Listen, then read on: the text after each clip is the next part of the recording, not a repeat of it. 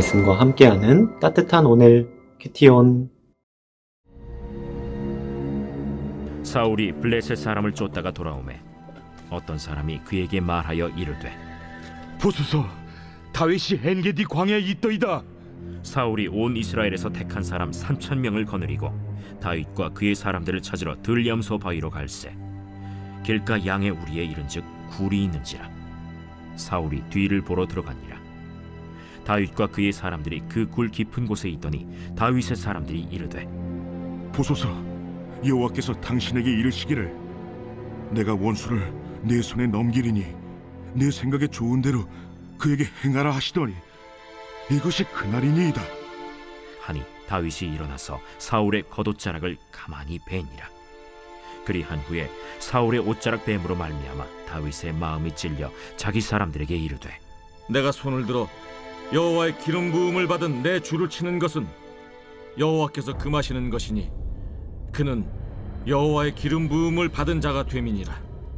다윗이 이 말로 자기 사람들을 금하여 사울을 해하지 못하게 하니라. 사울이 일어나 굴에서 나가 자기 길을 가니라. 그 후에 다윗도 일어나 굴에서 나가 사울의 뒤에서 외쳐 이르되, 내 주 왕이여! 하매 사울이 돌아보는지라. 다윗이 땅에 엎드려 절하고 다윗이 사울에게 이르되, 보소서, 다윗이 왕을 해하려 한다는 사람들의 말을 왕은 어찌하여 들으시나이까? 오늘 여호와께서 굴에서 왕을 내 손에 넘기신 것을 왕이 아셨을 것이니이다. 어떤 사람이 나를 권하여 왕을 죽이라 하였으나 내가 왕을 아껴 말하기를 나는 내 손을 들어 내 주를 해하지 아니하리니 그는 여호와의 기름 부음을 받은 자이기 때문이라 하였나이다. 내 아버지여, 보소서, 내 손에 있는 왕의 옷자락을 보소서. 내가 왕을 죽이지 아니하고 겉옷자락만 베었은즉 내 손에 악이나 죄가가 없는 줄을 오늘 아실지니이다. 왕은 내 생명을 찾아 해하려 하시나 나는 왕에게 범죄한 일이 없나이다. 여호와께서는 나와 왕 사이를 판단하사 여호와께서 나를 위하여 왕에게 보복하시려니와 내 손으로는 왕을 해하지 않겠나이다. 옛 속담에 말하기를 악은 낙인에게서 난다 하였으니 내 손이 왕을 해하지 아니하리이다. 이스라엘 왕이 누구를 따라 나왔으며 누구의 뒤를 쫓나이까? 죽은 개나 벼룩을 쫓음이니이다. 그런즉 여호와께서 재판장이 되어 나와 왕 사이에 심판하사 나의 사정을 살펴 억울함을 풀어주시고 나를 왕의 손에서 건지시기를 원하나이다. 3월 17일 말씀과 함께하는 따뜻한 오늘 큐티온 기도로 시작하겠습니다. 사랑의 아버지 하나님, 감사합니다. 오늘 하루를 허락해 주시고 주님의 말씀을 묵상하는 시간을 갖게 해주셔서 감사합니다. 이 말씀 가운데 하나님의 음성을 듣는 귀한 시간 허락하여 주옵소서. 감사드리며 예수님의 이름으로 기도합니다. 아멘.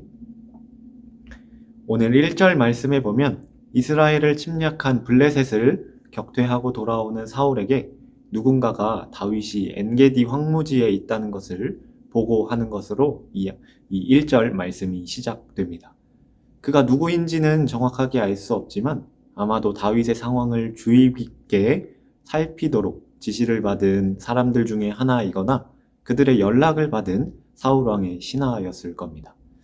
이렇듯 다윗은 가능한 대로 사울의 손이 닿지 않는 곳에 숨고자 엔게디로 갔지만 다윗의 일거수일투족은 사울의 감시망에 완벽하게 포착되었습니다.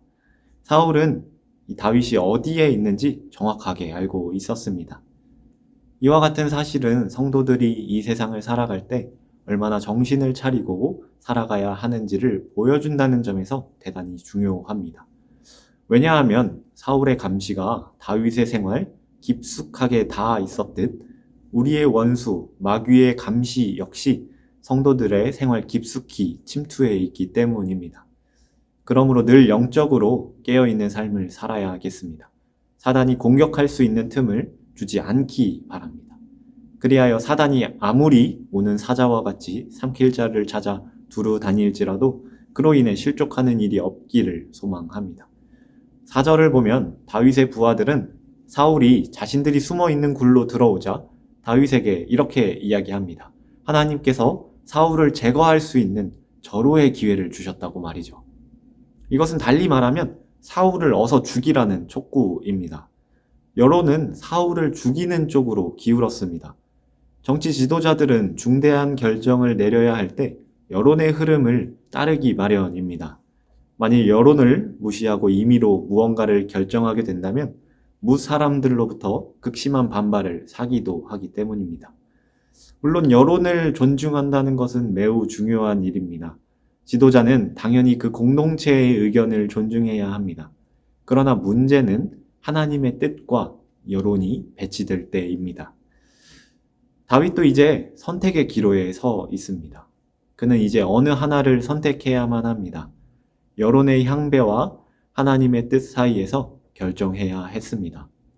여론은 사울을 죽이라고 이야기를 합니다. 다윗의 부하들은 그것이 하나님의 뜻이라고까지 이야기를 합니다. 하지만 하나님의 기름 부음을 받은 자를 인간이 함부로 판단하거나 심판할 수 없었습니다.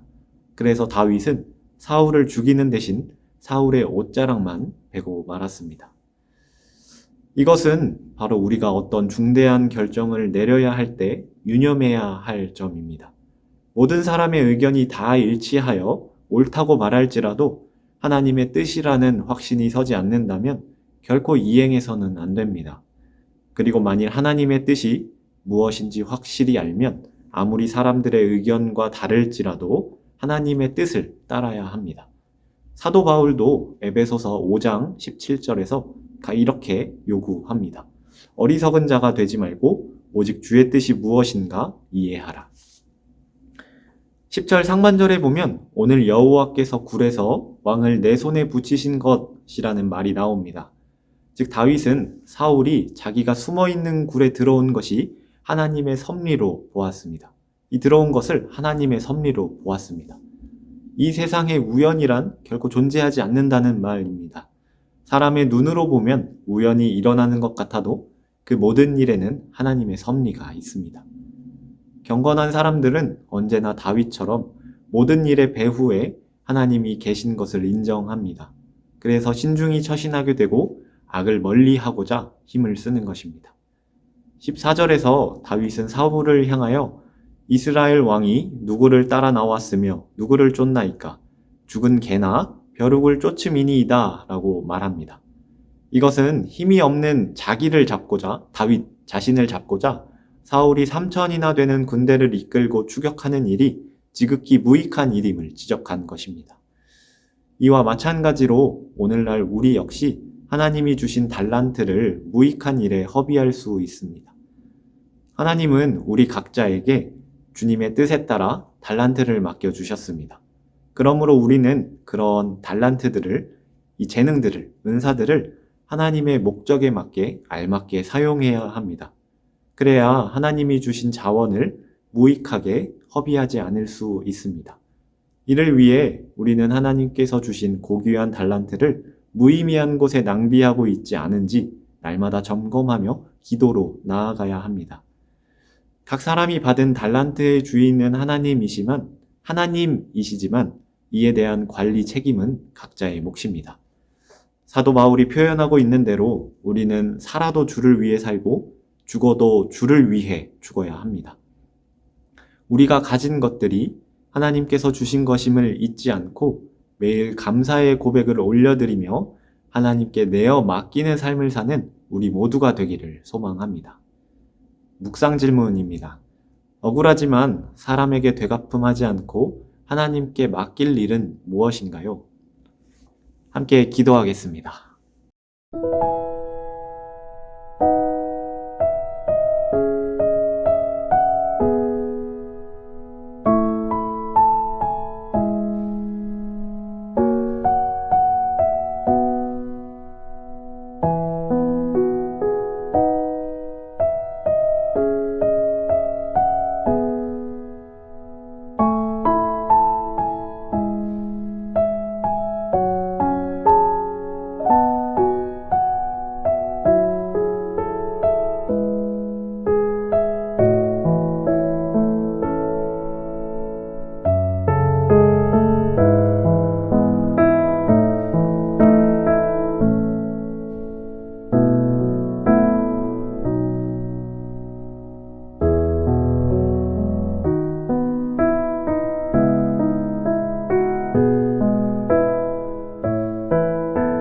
은혜의 하나님, 오늘도 말씀으로 하나님의 말씀을 듣게 하시니 감사합니다. 이 말씀 가운데 주님께서 내게 하시는 말씀을 귀담아 들으므로 매일매일 주님께 더욱더 가까이 나아가며 깨어 기도함으로 주님께서 주신 것들을 선용하며 하나님께 영광을 돌려드리는 저희가 될 수 있도록 인도하여 주옵소서.